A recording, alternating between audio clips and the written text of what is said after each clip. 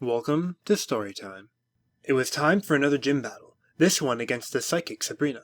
Once more Red lost his first match, but proving that his tenacity was unrivaled, he redoubled his efforts and Abba led the team to victory. He had 6 badges now, and he could feel the Pokemon League getting closer and closer. His team was strong, but he couldn't stop thinking about the legendary birds. With one of them on his team, they would be unstoppable. He consulted the Helix, who confirmed that they had immense power, but that they would not be easy to tame. The Helix told Red it could lead him to one of the birds, but that there may be a steep price to pay. It would be costly, but it could turn the tide against the Elite Four, the Pokemon League trainers who would dwarf anything they'd seen in the gym so far. In the end, the Helix said, this decision had to be Red's. He wasn't sure if he would be able to handle the legendary bird. Once again, he found support from his Pokemon. Red asked the Helix where to go. Though it was a long trek, the Helix sensed that they could find one of the birds in an old power plant. Gripping the Master Ball tightly, Red set off to catch Zapdos. After a lengthy journey, Red found the power plant. Long abandoned, it had deteriorated over the years, but the air was alive. Swarms of electric-type Pokemon had taken up residence there, and Red ventured inside carefully. Before he entered the furthest room, Red stopped short. The air was crackling with electricity, and he found he was shaking. Holding the Helix close, he entered. Zapdos was perched on the far wall, under a hole in the ceiling. Its plumes were like needles, its eyes cold and unfeeling. As they focused on Red, he swallowed hard and sent out Abba. The 2 great birds stared each other down silently. Red gave no commands, eyes glued to the 2 seasoned warriors, gauging each other's strength. When they finally began to fight, their movements were so fast Red could barely see them. The power plant rumbled with the force of their blows, as the legendary bird fought the bird Jesus. The Helix told Red he needed to intervene before their fight caused the entire plant to collapse. He threw the Master Ball, a brilliant light engulfing Zapdos as it captured him. Red cheered as the ball was transferred to the Pokemon storage system. All he needed to do was to grab it from a PC in the closest town.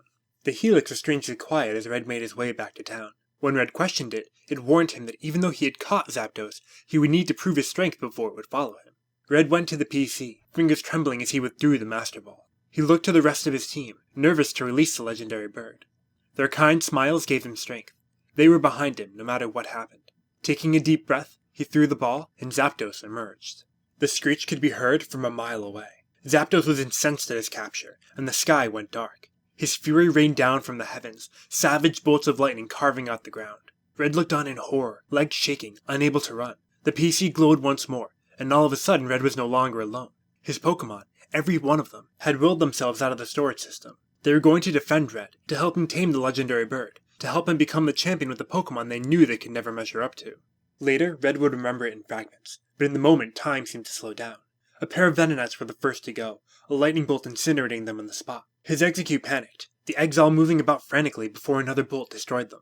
The Paras rushed over to try to help, but met its end too. Another Venonat and a Nidoran attempted to dodge the lightning, but they could not escape the Thunderbird's power. Red could only look on, unable to believe what was unfolding before his eyes. He screamed at his Pokemon to run, to get back in the PC, but they refused to stand down. Cabbage smiled at Red, trying to calm him down, but she saw a bolt of lightning coming right for him and pushed him out of the way, getting blasted herself in the process. Seeing his teammate fall, Dux rushed towards Zapdos, dodging the lightning and attempting to bat him down with his leak. He was merely a second too slow, and Zapdos speared him through. 2 of the Nidorans teamed up with Geodude, and it threw them at Zapdos, but they too all fell under its might. Big Dig had managed to use his digging abilities to save the rest of the team, but as he escorted the last of them away, he became the final victim of Zapdos' power.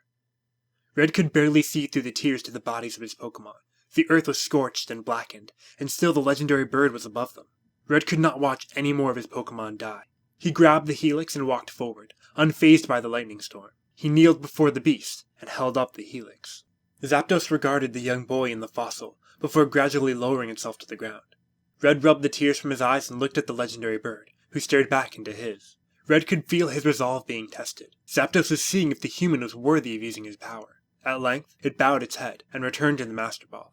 It had accepted Red as his trainer. He kicked the Master Ball, disgusted with his own greed. His remaining Pokemon were huddled in mourning, but Red didn't feel he deserved to join them. He gazed at the Helix, for the first time truly hateful of its guidance. It had warned him, but it must have known that this great a sacrifice had been required. How could he keep going after this? The Helix responded to Red. It told him to look at his team, at how calm they were. They were saddened, true, but they respected their fallen teammates. Red was so consumed with grief that he was dishonoring their sacrifice. His Pokemon had known that they could not stand against Zapdos, that none save perhaps Abba could have hoped to fight him. They knew they would not be strong enough to take Red to the Pokemon League, but the legendary bird would be. They loved Red so much, they were willing to put their lives on the line to complete his team. Red needed to mourn his lost friends, but he was doing a disservice to their memory if he didn't train the legendary bird they had worked so hard to tame for him. Red knew the Helix was right. He had thought that simply by having the Master Ball, he could command a god. He would not let the lives of his Pokemon be lost in vain. He would tame the Thunderbird, and he would use it to help him defeat the Elite Four and become a champion. Red and the remaining Pokemon buried their fallen comrades. Zapdos watched from afar. It knew what it had done, and did not think the team would ever accept it. Red wiped the sweat from his brow and looked to Abba. It nodded, and Red asked if Zapdos would like to come help them. The bird was surprised, but it agreed, seemingly happy to show its respects and to try to make amends. Red named it AJ, the Archangel, the Anarchy Jesus. It had been an impossibly difficult day, and Red slept huddled together with the rest of his Pokemon. Tonight they would mourn. Tomorrow they would set off again. They had 2 more badges to get, and then it would be time to conquer the Pokemon League. Thanks for watching Storytime. If you'd like to see more, you can click on the subscribe button. You can follow me on Facebook to get new videos there, or follow me on Tumblr to see new videos, ask me questions, and get sneak peeks at upcoming episodes. See you soon!